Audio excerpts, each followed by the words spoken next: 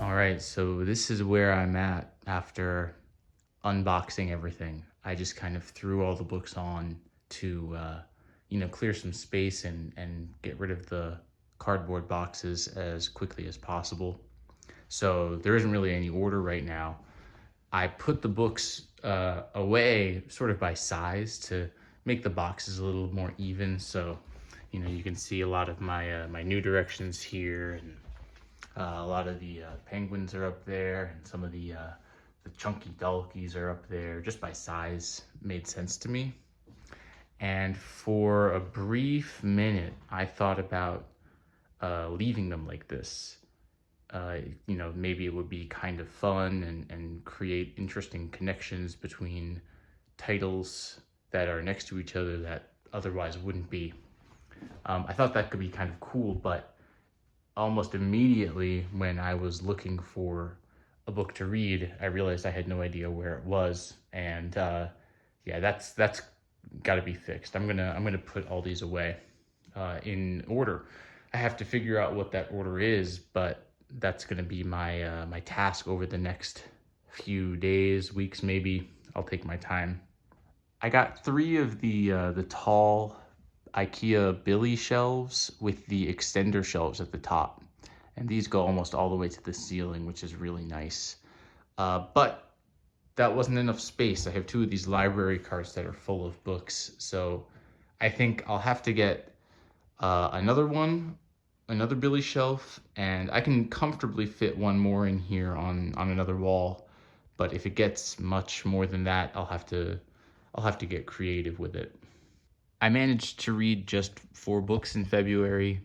It's been a super busy month, so I'm trying to get back into reading. I read a few short ones, a few ones with like short chapters, or super entertaining ones that by and large I really liked. Just these ones here. And they've all got this kind of gray, light blue, kind of wintry covers, which might be, a subconscious choice on my part, but they felt really good. First, I read Christie Malry's Own Double Entry by B.S. Jansson. Jansson's a writer I know, I think most famously for his book In a Box, The Unfortunates, where the first chapter and the last chapter are fixed, and you sort of have all these loose chapters that you can shuffle and arrange any way you'd like. So in my head, Jansson's this real experimental kind of writer with interesting experiments in form and stuff like that. And I had heard about this one and picked it up. What I really like about this book is that for as experimental as the form is, it's, changing perspectives, and it's breaking the fourth wall.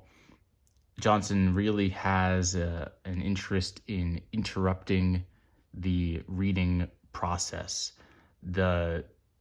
He addresses the reader directly. The characters address themselves as characters in a book directly, perhaps most excellently and humorously in, I think, the 3rd chapter, which is the chapter about Christie Malry's mother, which I think is just a perfect bit of writing. There's even like a big list in here, which I often find tedious in books like this, where they have these big like Rabelaisian lists of things, and that isn't one of my that doesn't really get me when I'm reading. But I found this one really entertaining, and he punctuates it really well. There's a nice rhythm to it. All of these really experimental things that are apart from the standard novel, he does all of it without sacrificing narrative. There's a clear story, and Christie Malry is a really like interesting character. So all of the like literary postmodern hijinks that Jansson gets up to, none of it gets in the way of the narrative. The main conceit here is that Christie Malry is kind of a simple guy from a simple life, and he comes upon an idea of, he calls it his great idea, capital G, capital I, his great idea of living his life by a system of debits and credits, where society is debiting him various inconveniences, such as being harassed by his bosses or various social interactions that aren't that are uncomfortable for him or otherwise impede his daily life. He takes these and gives himself a credit to act inappropriately in response, to do something that is not necessarily ordinarily acceptable in society. And this starts with very minor offenses like, I think, defacing public property and maybe stealing some materials from his office. And it escalates wildly. And this book is incredibly funny, but it's also incredibly dark. You can see in here some of these account balancing pages. There's a handful of these throughout the book. And he has his debits and his credits. All of this, the culmination is really, really wild. It's kind of it's amazing what he's able to do in such a short book, and for how inventive the style is. I think Jansson's a really, really interesting, great writer. I thought this book was so much fun, and I'd really like to read more of his stuff if I can get my hands on it. I don't know how I don't know how many of his books are like in print, and I think I've looked into getting the Unfortunates before, and it's always been like a little expensive. So this one I was really happy to get to. Christie Malry's own double entry. I just so happened to follow this book, which is full of fragmentation on the part of the writer, by another equally fragmented book in the title, The Fragmented Life of Don Jacobo Lerner. This is by Isaac Goldemberg. And this is a book I found randomly on the shelf. I don't, as much as I used to, take risks on books. I don't, especially novels, I don't like see a lot of books and titles I've never heard of that seem interesting enough to take a chance on. I just don't find that stuff out here. So I got this book when I was living in Pittsburgh a few years ago from Caliban Books, and I saw it was in this Jewish Latin America series from New Mexico University, or University of New Mexico. I'd never heard of this book, but something about a literary series devoted to Jewish Latin America seemed really interesting. In the introduction, they compare Goldemberg to a Bellow, a Roth, a Malamud, these sort of 20th century Jewish writers from America, of whom I've read Roth the most, and I didn't see too much Roth in this book. But as I mentioned, this book is fragmented, as the title would indicate. The book opens with this Don Jacobo Lerner on his deathbed, and he's sort of thinking about the people in his life who will be inconvenienced in one way or another, and to one degree or another. He's sort of thinking about these people on his deathbed. The book then shifts perspectives throughout, in between these people who were part of his life, his acquaintances, and his, most notably, his son, his sort of bastard son, who ends up being raised by his mother in a non-Jewish household. Don Jacobo Lerner is a Jew living in Peru who has emigrated from the old country, I think Russia. And there's this sort of community of Jewish people living in Peru. This community is sort of the main soul of the book, but the pieces are utterly fragmented. And so as we're getting these different characters' perspectives on this community and the life of Don Jacobo Lerner, we're seeing all these different people, and the fragments of the life, they don't sort of come together. It's more like they form an outline, or they give like they give an impression for me. None of it really came together. Goldemberg isn't really interested in relaying the events of Don Jacobo Lerner's life chronologically. Now, all of this is also interrupted by these these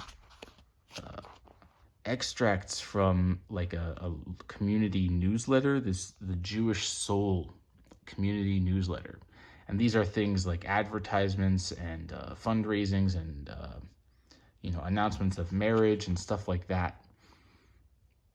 These are throughout the book, and they sort of begin from maybe before Don Jacobo came to Peru, and they lead up to his death. At the same time, there are these chapters, if I can find one. There are these chapters called Chronicles, which are just these sort of significant events in this community of Jews in Peru, sort of laid out on a timeline. It was really interesting having this after Christie Malry, because both of them are so fragmented, but this one, the narrative is so clear, and this one, the narrative is totally, not totally, but to a large degree undermined by this fragmentation. It seems like the community of Jewish people is the main, the heart of this book, and Don Jacobo, he ends up acting in kind of the role of a wandering Jew. He's always coming to the town and going to the town, and he's always on his way from one place to another. It's never totally clear where Don Jacobo is at, or if we know where he's at, he's just left somewhere else. So he's this big kind of enigma. The other thing that really stands out is that this newsletter is called The Jewish Soul. And this seems to be like a metaphor for the entire existence, Don Jacobo's existence. It's this sort of Jewish soul that's emigrated and is trying to find roots in Peru. The threat of Nazis in Europe is sort of looming overhead, and there are the Christian characters in this book are pretty opposed to the way the Jewish folk are getting their roots deeper into the town. It didn't all come together for me, and I get that maybe that's the point in some way, but I wish I had sort of a clearer idea of a narrative of events, an order of events. It's really funny that they have this chronicle and they lay out all of these events of the town, but when it comes to the characters, it's my memory is already uncertain about how things exactly played out between them. I read The Dance of the Dust on the Rafters. This is some Japanese poetry or folk songs. These are selections from Ryojin-hisho, which is an old collection of these folk songs. They're called imayo. This one I found at a book fair or something, and it looked cool to me. I'd never heard of this book. I'm really interested in this Heian period Japan stuff. I'd never heard of this one, but it stood out to me because it was translated by Yasuhiko Moriguchi and David Jenkins, who are a translation pair that put out the edition of the Hojoki, which I read, and I really loved that. And it seems that they did the Hojoki, they did this book, and they have one more book. I can't remember the name of Japanese poetry. So this was kind of a fruitful translation pairing. The pieces in here are technically folk songs that were collected by the Emperor Go Shirakawa, or I supposed he was cloistered emperor at that point. And Go Shirakawa is one of these figures that sort of hovers in the background and enters and dips out of Japanese literature pretty regularly from the stuff I read. His name just comes up a lot. And it's unfortunate that I don't know if there are any primary texts or collections of his writings or a biography of him, but I'd like to read that. He seems like a really interesting person. Anyway, he collected these songs. They were originally sort of vulgar, sort of common folk songs that would be performed in the streets, and they didn't really have any sort of cachet as high art in a sense. But eventually, they sort of elevated. I think they were lost for a few hundred years and were rediscovered maybe in the early 20th century. Yeah, they were rediscovered in 1911 by Hidematsu Wada and published in 1912. And I guess this English translation came out in the early 90s. The introduction describes these songs as being about faith or love lust. These entries are kind of split between being super religious, like Buddhist, traditional Buddhist images and prayers, and also sort of your Tale of Genji style longing, lovers parting and coming together, and tears on my sleeve, dew on the grass. That style is what I'm way more interested in. I haven't done any studies of like Buddhist history or doctrine, so it's kind of it almost reads like fantasy or some sort of weird fiction. I try to vibe with it and just go based off that, but I haven't done enough research into that. I'd like to really understand what's happening here. So you get entries like this a lot. Canon, her light soft, stands astride the 6 roads of delusion, so that we, ever born, reborn in the 3 worlds of unknowing, may not be lost. And I'm like, all right, cool. But there aren't any notes or anything to shed light on what the 6 roads of delusion are, or the 3 worlds of unknowing. So I'm just sort of riding with it. Or let's see, Holy Amida, I pray my hands joined to yours by a thread, let me end this life with mind composed. Like, that one's pretty rad. I get that. There isn't as much jargon there. And then we get these sort of romantic poems. My thoughts of him are strong enough to reach the farthest north. My love for him could stretch from here to the east and back. But if we had not joined in love, why, maybe after all, I might have just forgotten all about him. This is a theme that comes back, the love and the relationship between lovers, and how it's often fleeting, and finding some sort of sense of connection can be a challenge. And we get a lot of entries here that reminded me of Sei Shonagon's Pillow Book. There are these sort of recitations of things that evoke a certain feeling, or things that have a particular quality. Things that are especially fleet are the falcon and the peregrine, the great hawk flying from the hand of the hunter. Waterfalls, bundles of firewood tumbling down the hill, and the answers to your prayers to the gods Sansho and Gosho. There's a handful that are in this style in the book, and those might be my favorite ones, or the particularly gooey romantic ones I like as well. The only criticism I have for this book, and it's a rare one for me, is that I really wish the introduction was longer. I really, really wish they gave more insight into how they chose these selections and why. You see, they've got this sort of, this typeface and this spacing with margins that there's no indication that this is from the original text. And if it was chosen for a reason, they don't really make any note of that in the introduction. Of course, I would have liked more extensive notes detailing some of the more esoteric allusions and references to things that just don't translate, like the meaning of seasons and flowers and animals and stuff. More notes, longer introduction, and this book is one of the best Japanese historical Japanese works I've ever read. Without that, it's just very, very good. I really like this one, The Dance of the Dust on the Rafters. I don't know if there's like a new edition or a new translation that folks can buy. I think I got lucky finding this one where I did.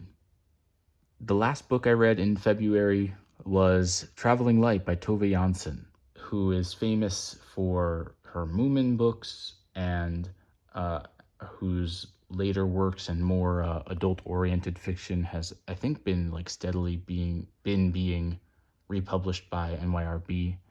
But I got this one from Sort of Books, which is a name I don't love, but this book it feels really good in my hand, and I really like these sort of trade paperback cover flaps. I really like those, so they're making good books. I've read the summer book by Jansson, and I really liked it. It's got this sort of coziness to it, but I think it's really important not to sort of underestimate her literary chops. She's doing a lot in these stories. She's sort of subduing you as a reader with this style and these, again, kind of cozy images, but the stories in here are often quite sad. They're often quite funny and light as well, but there are some really powerful images in here. So this is a short story collection, and of these, a lot of them were excellent. I really enjoyed them, but The Garden of Eden and The PE Teacher's Death might have been my favorite, as well as Correspondence, but that one I sort of categorize differently. And this one, The Woman Who Borrowed Memories and The PE Teacher's Death, are quite dark. Traveling Light and The Garden of Eden are a little more breezy. In The Woman Who Borrowed Memories, a woman is sort of returning to a former residence, and one of her former roommates or colleagues or friends, or the relationship is unclear, is still living there and seems to have co-opted our sort of our protagonist's memories and furniture and books, and it leads to this huge tense crisis, and it's sort of claustrophobic. There's lots of references to like an elevator and traveling by elevator. It feels very, very cramped. And hopefully, without spoiling too much, the ending image of the PE teacher's death, of this woman just rolling around in grass and staining her clothes green, and the meanings that the color green has, and the reason for this act. This story was excellent. I really loved it. And The Garden of Eden was delightful. It's this sort of Spanish set piece. A woman travels to Spain, and the people she's supposed to meet can't be there, so she's sort of finding her way around the town and learning about the sort of inner politics of the other expats who live there. And she sort of fantasizes and plays detective to try to mend some of the fraught relationships in the town. It's just delightful. I really, really liked it. And the last one, Correspondence. These are written as letters from a Japanese fan to, as you can see, to Jansson-san, this girl who's 13 years old and is studying English and wants to learn to write. These letters, they aren't given time, but we do see her birthdays come and go, and we know she's studying English, and her level of English improves as they go on. So clearly time is passing here. And we don't see Jansson's responses, but what she says is often implied from the letters themselves. And it ends with this translated poem. Wild geese scream shrilly on muffled winds. The morning snow is heavy, weather cloudy and cold. Poor, I can give you nothing in parting but the blue mountains, and they'll always be with you. And I love that, and that ties in very nicely with the other books of poetry I was reading this month. So this month's reading was short but sweet, and everything. I took something from everything this month. I think it was a big success, and hopefully from this month forward, my move being finished and things being settled, I'll be back on a more normal for me reading pace. Now I have to put these away, and I have no idea where they go.